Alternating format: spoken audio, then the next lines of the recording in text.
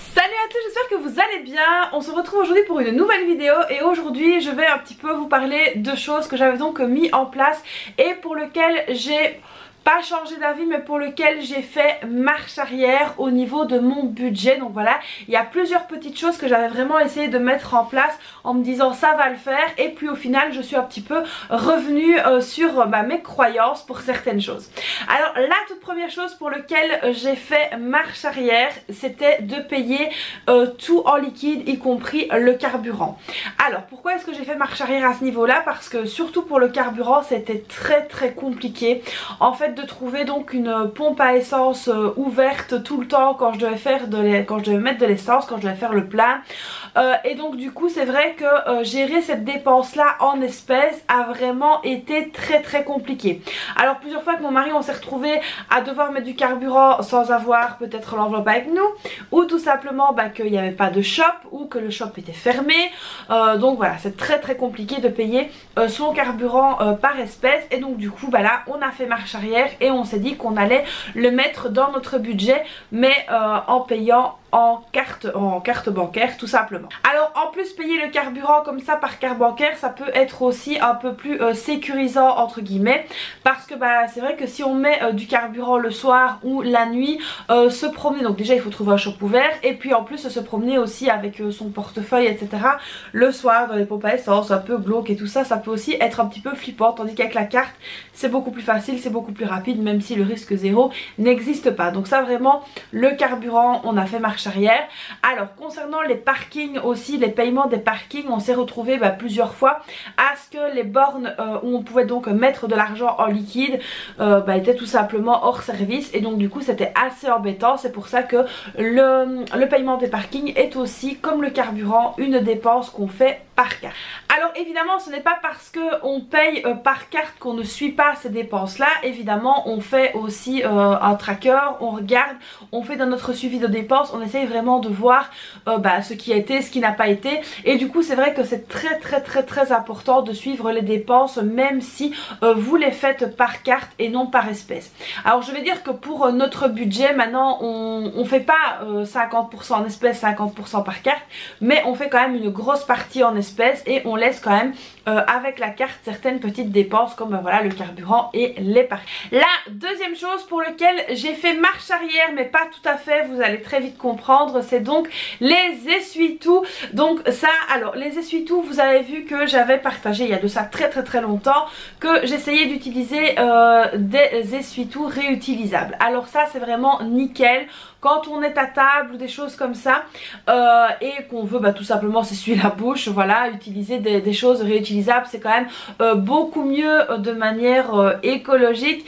Mais en fait le problème, et ça je m'en suis très vite aperçue, c'est que on ne peut pas en fait, enfin moi en tout cas j'ai du mal à vivre sans essuie-tout. Alors qu'est-ce que j'explique, qu'est-ce que je veux dire par là? Si par exemple on fait des frites à la friteuse, tout à fait normal, pas à l'air fryer évidemment, en fait on doit pouvoir sortir les choses de l'huile et les faire un petit peu égoutter. Donc du coup moi j'utilise toujours un essuie-tout. Pareil si je fais des briques à l'œuf et au thon, là aussi il faut quand même que je puisse absorber l'huile, et je prends tout de suite un essuie-tout.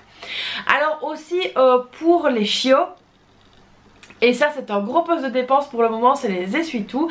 En fait quand ils font des petits pipis etc, je ramasse directement avec un essuie-tout et puis après je viens renettoyer directement à l'eau. Mais c'est vrai que s'il y a un petit pipi, un petit caca ou quelque chose comme ça, je viens donc utiliser de l'essuie-tout, et j'en utilise quand même pas mal. Donc c'est vrai que l'essuie-tout, j'ai quand même fait marche arrière, j'en rachète actuellement mais quand même beaucoup moins et de manière plus raisonnable qu'avant. On ne va pas utiliser 50 essuie-tout sur la journée, on essaye vraiment quand même de se limiter. Bon, je mets les chiots à part à ce niveau là, vraiment je veux dire pour nous j'essaye quand même d'avoir une utilisation raisonnée. Alors les essuie-tout réutilisables je les utilise toujours si on doit s'essuyer la bouche ou quelque chose comme ça, quand on a mangé, un peu comme une serviette, je vais dire ça comme ça.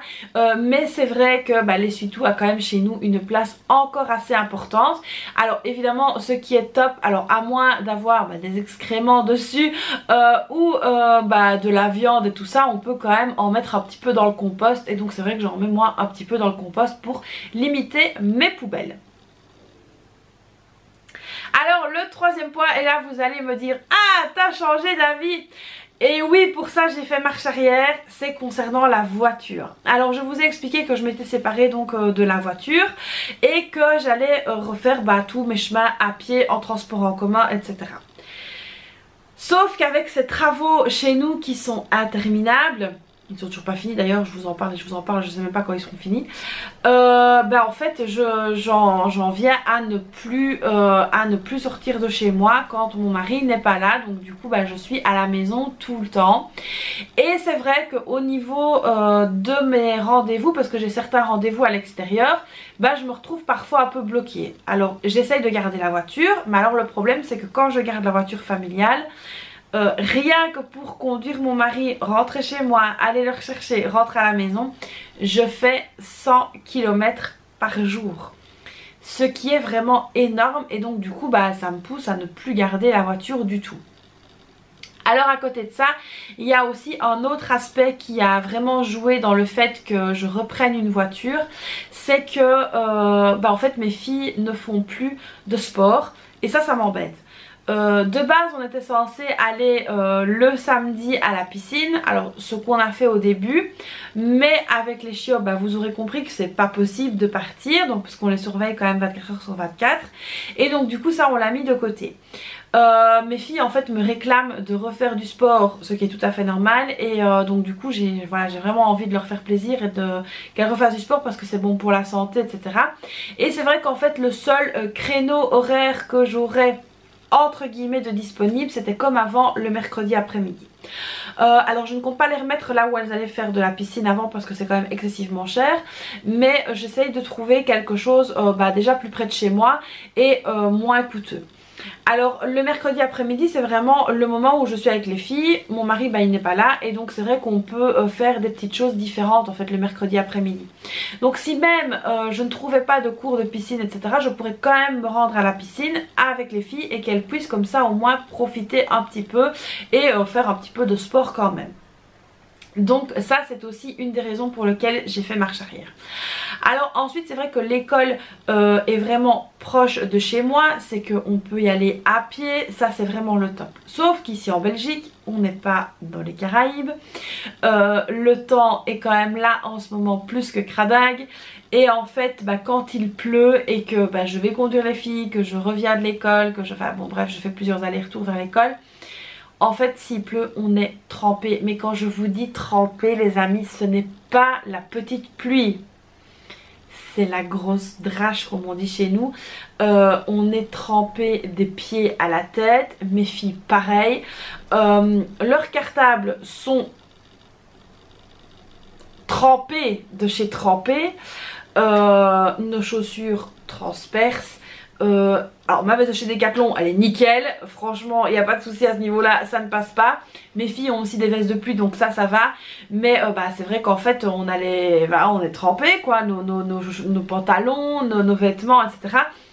Et donc en fait plusieurs fois je me suis retrouvée dans le garage en étant trempée, où on doit se mettre limite en culotte dans le garage parce qu'on est vraiment trempé. Et c'est pas agréable. Donc du coup mes filles aussi elles en ont marre d'aller à l'école à pied, de revenir à pied, c'est compliqué.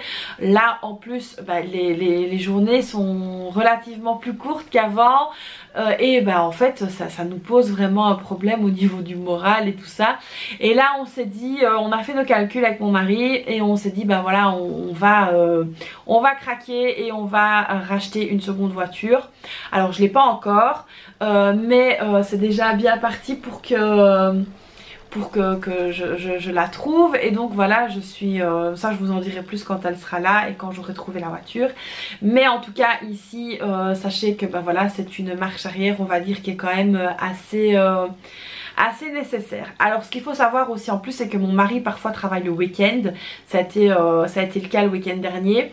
Donc ça veut dire qu'il n'est pas là du tout le week-end et que si même j'ai besoin d'un pain ou quelque chose, je sais pas aller le chercher parce qu'aux alentours de chez moi il n'y a rien. Mais quand je vous dis rien, c'est rien, il n'y a pas une boulangerie, il n'y a pas une pharmacie, il n'y a rien.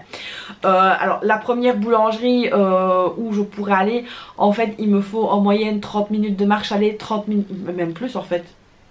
Ouais même plus. Donc on est sur une bonne grosse heure de marche pour aller chercher un pain. La chose aussi qui me pose problème, c'est que si mes filles sont malades, je dois garder la voiture en espérant que le médecin puisse me recevoir dans les bonnes heures pour ne pas que je pénalise mon mari et le laisser au travail, parce que mon mari travaille quand même pas à côté de la maison. Et donc du coup voilà, tout ça mis l'un dans l'autre, ça a fait que vous l'aurez compris, on va craquer, on va racheter une seconde voiture. Ça me permettra de me déplacer plus facilement, de prendre mes rendez-vous plus facilement. Maintenant je sais que c'est un coût aussi une voiture, mais on va faire des diminutions de budget sur certaines choses pour justement ne pas ressentir ce décalage avec une seconde voiture. Donc voilà.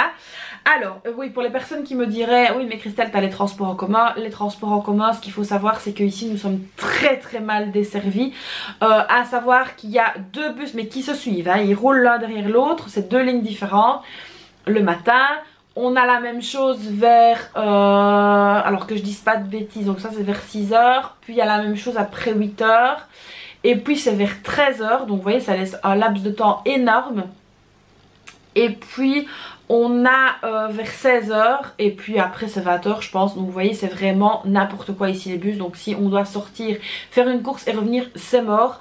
On doit attendre 3, 4, 5 heures que le bus d'après passe. Et alors si on le rate, là je vous dis même pas, c'est la merde. Et donc c'est vrai que les bus c'est très compliqué. Le taxi, n'en parlons pas parce que ça, le taxi ça a vraiment un coût énorme. Et en plus donc nous ici on est hors d'une grande ville, on est considéré à la campagne. Donc du coup le taux au niveau du taxi est vraiment énorme. Et donc du coup ça je préfère même pas y penser. Alors le vélo, la trottinette etc, même électrique, avec le temps qu'il fait, si à moi et que je mettrais du gel douche sur ma tête et que je prendrais ma douche en même temps, c'est même pas possible non plus. Donc voilà ici pour le troisième point qui va peut-être vous étonner, mais bon voilà, c'est comme ça. Alors ensuite la quatrième chose pour laquelle on a fait marche arrière, c'est le savon solide. Alors je vous entends tout de suite, non, j'achète toujours moi du savon solide pour la douche ici. Ce qu'il y a c'est que comme je vous l'ai dit, mon mari va donc à la salle de sport. Alors à un moment donné je lui mettais une boîte avec son savon solide, avec son gant de toilette, mais c'était vraiment très compliqué. Je pense qu'en plus il aime pas trop. Et donc du coup pour la salle de sport, uniquement la salle de sport, on a racheté du gel de douche et il n'y a que lui qui s'en sert, donc c'est uniquement pour aller à la salle. Donc forcément avec une bouteille de gel douche il va quasiment un mois, parce que c'est pas comme les filles, il fait pas là. Non, il en prend un tout petit peu. Et donc voilà, donc ça c'est le truc pour lequel on a fait marche arrière. Sinon pour ici à la maison on utilise toujours le savon solide parce que évidemment c'est quand même une grosse économie.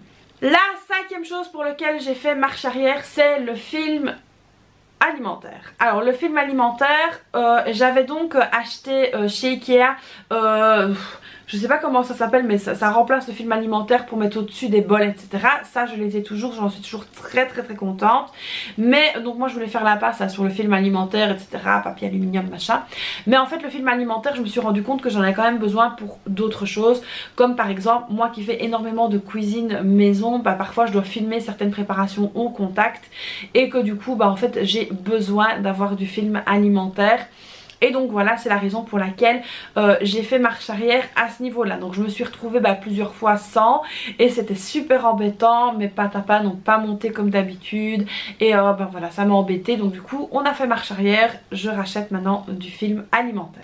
Alors la sixième et dernière chose, et ça va peut-être vous étonner, mais attention, c'est dans une certaine mesure, c'est concernant les achats de déco. Alors je vous ai déjà dit plusieurs fois que je voulais plus de déco machin, que j'avais épuré, et ce qui est tout à fait vrai, j'ai épuré, j'ai vraiment essayé de limiter mon achat déco etc. Mais en fait je me suis rendu compte que mes filles étaient assez touchées par la décoration, dans le sens où voilà, là ça va être les fêtes de fin d'année, je n'ai rien racheté depuis très longtemps. Depuis des années d'ailleurs. Et là en fait elles m'ont dit, quand on est allé à la foire fouille, quand on est allé la dernière fois chez Action, oh maman regarde les décos de Noël, oh maman regarde ci, oh maman regarde ça. Donc en fait je me suis dit que quand il y avait des événements comme ça, alors Halloween pas parce que moi j'aime pas ça, mais comme par exemple Noël ou des choses comme ça, on pouvait faire une petite décoration à thème. Alors on a quand même des choses, donc j'ai dit aux filles voilà, on regarde déjà ce qu'on a et après on se fait, on prend dans l'enveloppe maison par exemple, et on ne dépasse pas le budget, on essaye de trouver vraiment des choses qui nous plaisent à toutes les trois, parce que mon mari il s'en fout. Et du coup bah comme ça met un petit peu de gaieté et on voit un petit peu aussi les saisons qui passent au fur et à mesure de la maison. Alors ça j'ai une abonnée de Martine, d'ailleurs si tu passes par là je te fais des bisous, qui me l'a dit l'autre fois qu'elle était tout le temps chez elle et qu'en fait bah elle voyait les saisons passer au fur et à mesure de sa déco qui changeait. Et c'est vrai qu'en fait mes filles me l'ont fait remarquer aussi, maman on voit pas quand on est en été ou quand on est en hiver. Et donc du coup ici je me suis dit allez on va racheter un petit peu de déco, mais alors c'est vraiment pas grand chose. Alors je vous montrerai la petite déco de Noël que je vais faire avec mes filles, mais voilà c'est vraiment pas beaucoup, c'est vraiment un petit peu et c'est vraiment dans le but de faire plaisir à mes filles. Donc voilà, ici pour les 6 choses sur lesquelles nous avons donc fait marche arrière. Donc on n'est pas non plus sur des marches arrière de fou, hein. On ne va pas déstabiliser complètement notre budget avec ces petites choses là, mais voilà c'est des petites choses que j'avais mis en place et qu'au fur et à mesure du temps en fait on s'est tout simplement rendu compte que il y avait que les imbéciles qui ne changeaient pas d'avis et qu'on pouvait aussi revoir un petit peu certaines de nos ambitions. Donc voilà ici pour cette nouvelle vidéo qui je l'espère vous aura plu. Donc c'est pas ici pour vous dire qu'il faut il faut abandonner toutes vos bonnes résolutions, ça pas du tout. C'est pour vous dire que parfois on veut faire des choses, on veut mettre en place certaines choses et puis il faut pas non plus être trop psychorigide parce que sinon ça la fout mal. Et voilà il faut pouvoir aussi s'adapter et se réadapter et faire certaines petites marches arrière. Et donc voilà ici pour nos petites marches arrière à nous. Donc voilà j'espère que cette vidéo vous aura plu. Alors comme d'habitude vous n'hésitez pas à liker la vidéo, à vous abonner à la chaîne, activer la petite cloche, à me laisser un petit commentaire. Et puis moi je vous fais donc plein de bisous et je vous dis à très vite pour une prochaine vidéo. Bye bye.